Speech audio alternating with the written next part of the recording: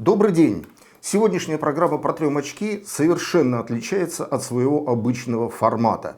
Сегодня впервые в истории программы «Протрем очки» вы услышите не мой монолог, а наш диалог. Диалог с вновь избранным депутатом Государственной Думы от Сыктывкарского одномандатного избирательного округа номер 18, депутатом Госсовета Республики Коми и лидером партии КПРФ в Республике Коми Олегом Михайловым.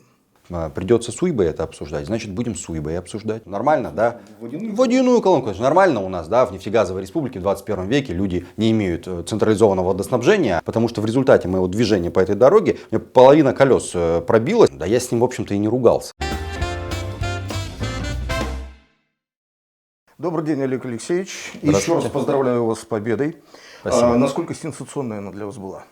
Ну, мне кажется, это закономерный итог всей нашей работы за последние годы, и не только нашей, но и, собственно говоря, власти, которая в Республике Коми сделала очень многое для того, чтобы, собственно говоря, результаты выборов были такими, какими они есть. Вас поздравил Владимир Уйба. Нашел в себе силы поздравить. Я, во всяком случае, публика видела это по видеозаписи. Поздравляю Олега Алексеевича с избранием, желаю ему плодотворной работы на благо жителей Республики Коми и, конечно же, оправдать высокое доверие, которое было оказано на этих выборах Олегу Алексеевичу нашими жителями. А он вам позвонил лично? Нет, никаких личных сообщений, ни звонков, ни каких-то других форматов личного общения не было, конечно. Ну, вы знаете, все-таки называет себя главой Республики Коми и, соответственно, в соответствии с протоколом должен был какую-то реакцию выразить. Поэтому, конечно, он ее и выразил таким образом. Насколько это искренне было, я не знаю. Хорошо, вот такой в связи с этим вопрос. В вашу победу внесли свой вклад сначала оппонирование, потом конфликт, по сути, с Владимиром Викторовичем, а затем даже и прямой скандал. Вы знаете, вообще вот в том, что получилось, да, и в победе, я считаю, что это не только моя победа, давайте так. Я считаю, что это победа вообще всей республики, всех ее граждан, потому что на самом деле за последние годы мы столкнулись с ситуацией, при которой к жителям Республики Коми уважение со стороны органов власти, и в первую очередь со стороны глав, да, которые у нас были, оно, с моей точки зрения, систематически снижалось. Да? И ломали через колено, заставляли делать разного рода действия, которые очень многие люди не принимали. Ну вот последний пример, это, конечно, вот эта вот принудительная вакцинация, которая была. Да? Я знаю, что есть сторонники этой принудительной вакцинации, но подавляющее большинство тех людей, с которыми я общался, они выступают категорически против именно принудительной вакцинации. Да? То есть все время пытались сломать через колено людей. Да? Вместо того, чтобы вести с ними диалог, общаться с гражданами, да, значит, пытаться решить хотя бы проблемы. Получается вот то, что получается. Да? То есть власть, по большому счету, не сделала ничего для того, чтобы народ Республики Коми ее поддерживал. И результат таков. Вот. Поэтому, конечно, я считаю, что в этой обстановке иначе и быть не могло. Ну, смотрите, если Уйба не покинет регион раньше времени, не случится чего-то экстраординарного, вам с ним все равно придется так или иначе работать как минимум 4 года. С чего вы начнете налаживать отношения? Ну, давайте так. У меня есть свои предложения, которые, значит, я вносил и в Государственный совет Республики Коми. Да? Я их готов поддерживать и продвигать и в Государственной Думе. Я от своих слов никогда не отказываюсь, в том числе от тех законодательных предложений, которые у нас были. Да? Связаны они с нашей экологической безопасностью, по некоторым вопросам, да, связаны, значит, с социальными благами, да, недопустимости отмены льгот, значит, и возвращение пенсионного возраста. Это принципиальные пункты нашей программы и наших предложений. Это налог на добычу полезных ископаемых в виде углеводородного сырья, который, я считаю, абсолютно несправедливо распределяется. То есть все эти вещи, они у нас есть, и мы с ними будем работать. Другой вопрос, что я готов это обсуждать с кем угодно, да, что называется. Придется с Уйбой это обсуждать, значит будем с Уйбой обсуждать. Разницы нет. Моя задача сделать так, чтобы людям в Республике Коми стало жить лучше, качественнее.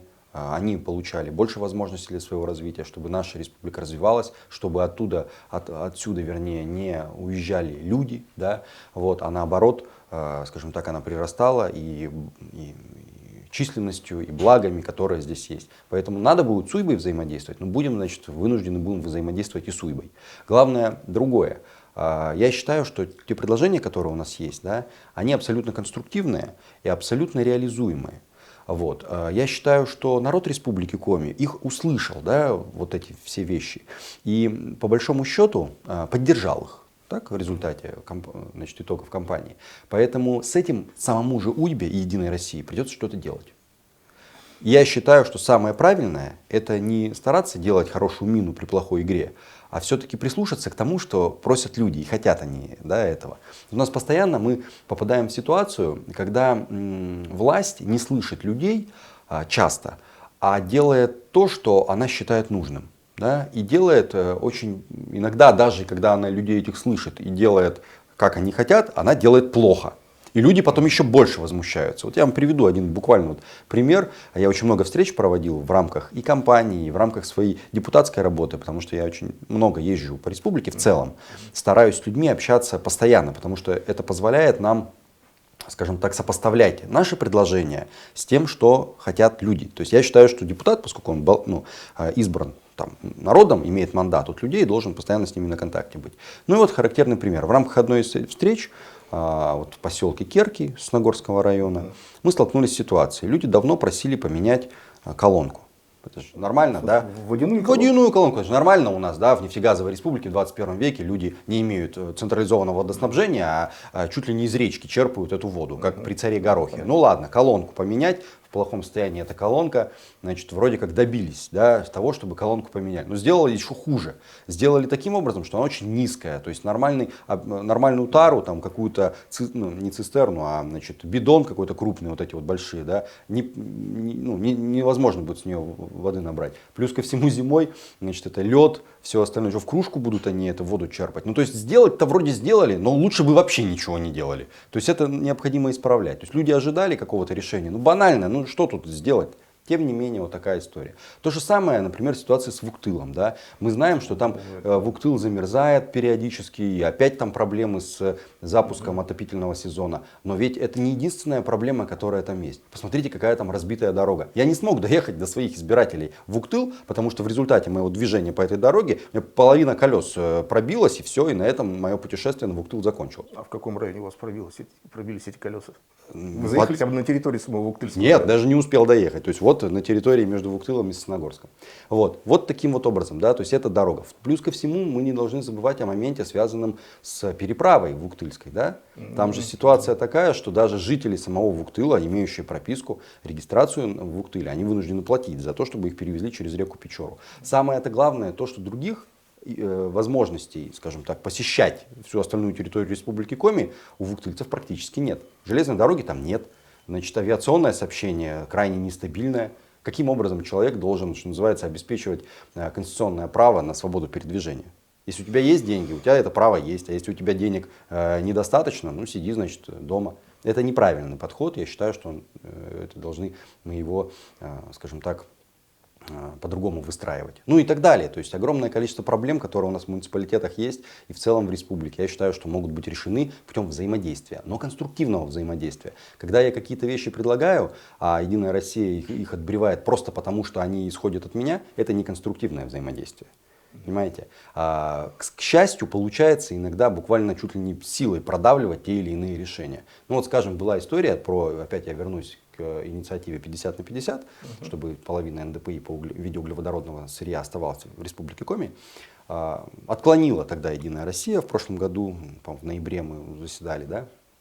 Но тем не менее, буквально через некоторое время внесли инициативу, чтобы 5% хотя бы оставалось. Это известная методика Единой России. Взять чужую инициативу, видоизменить и выдать за свое. Да, я понимаю, да, я это понимаю прекрасно, но мы тоже поддержали, потому что я считаю, что если можно хоть копейку из Москвы, значит, взять и вытащить, как говорится, для блага республики, надо воспользоваться этим предложением.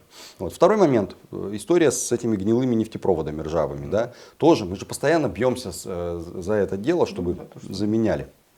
Сейчас инициативу эту, скажем так, направили в Государственную Думу, но не в виде законодательной инициативы, в виде обращения в органы там, власти, в Госдуму и так далее. Я тоже соавтор этой инициативы, потому что я считаю, что любые пути приемлемы для того, чтобы решить проблему. Вы спрашиваете про УЙБу. Если нужно будет, будем взаимодействовать. Главное, чтобы он, как говорится, был в этом заинтересован. Я заинтересован в решении проблем. Каким образом это достигается, ну, я вам рассказал. Вам придется помириться, во всяком случае, как минимум. Да я с ним, в общем-то, и не ругался, на самом деле. Я ведь очень четко сказал свою позицию, да, то есть я ее могу повторить и сейчас. Я считаю, что он нелегитимно избранный глава Республики Коми. Я считаю, что он в соответствии с законом республиканским не мог права сдавать те свои подписи, которые он собрал с нарушением закона. Вот и все. Понятно. Но мы живем в реалиях. Сегодня он это человек, который замещает эту должность. Я думаю, что это, скажем так, ненадолго, но это уже другой вопрос. Я вернусь к тому вопросу, который задавал вам в конце июля при регистрации, потому что тогда он вроде выглядел вполне таким академическим. Я подозреваю, что и для вас, как бы мы все ориентировались действительно то, что мы называем нынче политическими реалиями. А кто ж уже риском определил, местная организация КПРФ определила, кто заменит вас в Госсовете Республики Коми? Теперь это вопрос практически. Я понимаю, да. Вопрос этот обсуждается. Вопрос этот находится, значит, в проработке нами.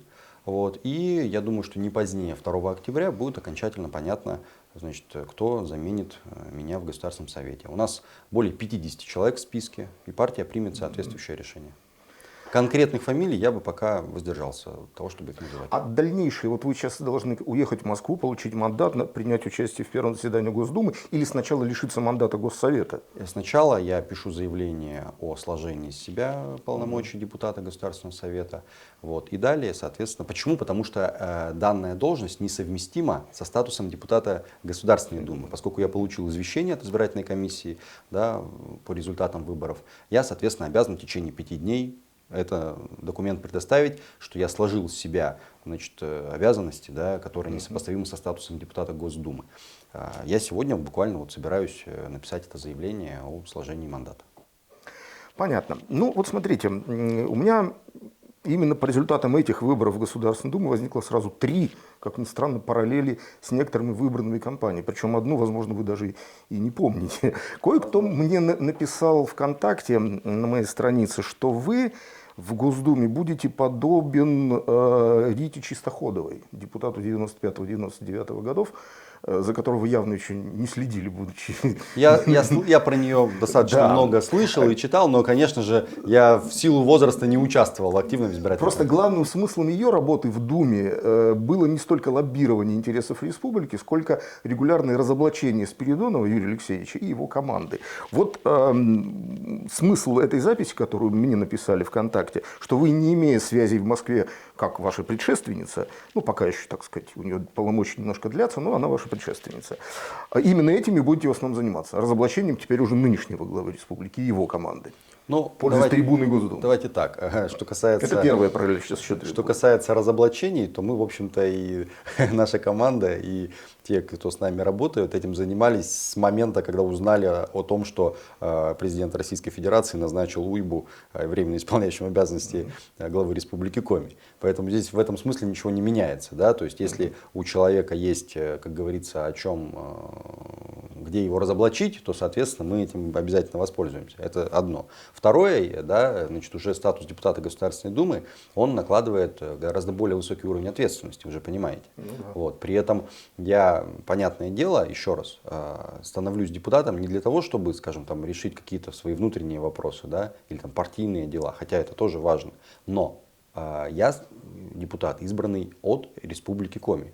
Наш одномандатный округ, это вся республика. Огромное количество вопросов, огромное количество проблем. Я готов взяться за их решение, готов вкладываться, что называется, в решение этих проблем. Я этим буду заниматься. А разоблачения, они будут и так.